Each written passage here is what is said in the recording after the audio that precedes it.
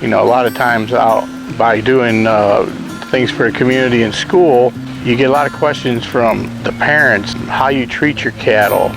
Are you humane? You guys give antibiotics. Well, my answer always is, when you get sick, would you prefer to get better?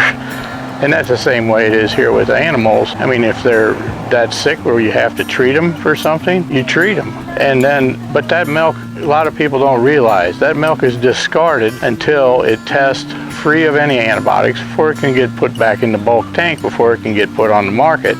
So a lot of the consumers think that sometimes the dairy farmers, or farmers in general, not only dairy farmers, are always, you know, the chemicals, the antibiotics, all this stuff that just to try to make extra money, and it don't work that way.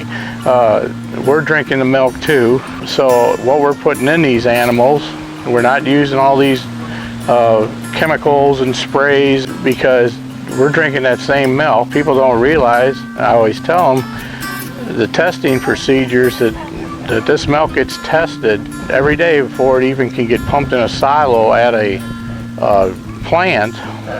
They can detect any of this stuff, and then you end up paying the price if you made a mistake. So why would you want to do that to stay in business? You wouldn't last.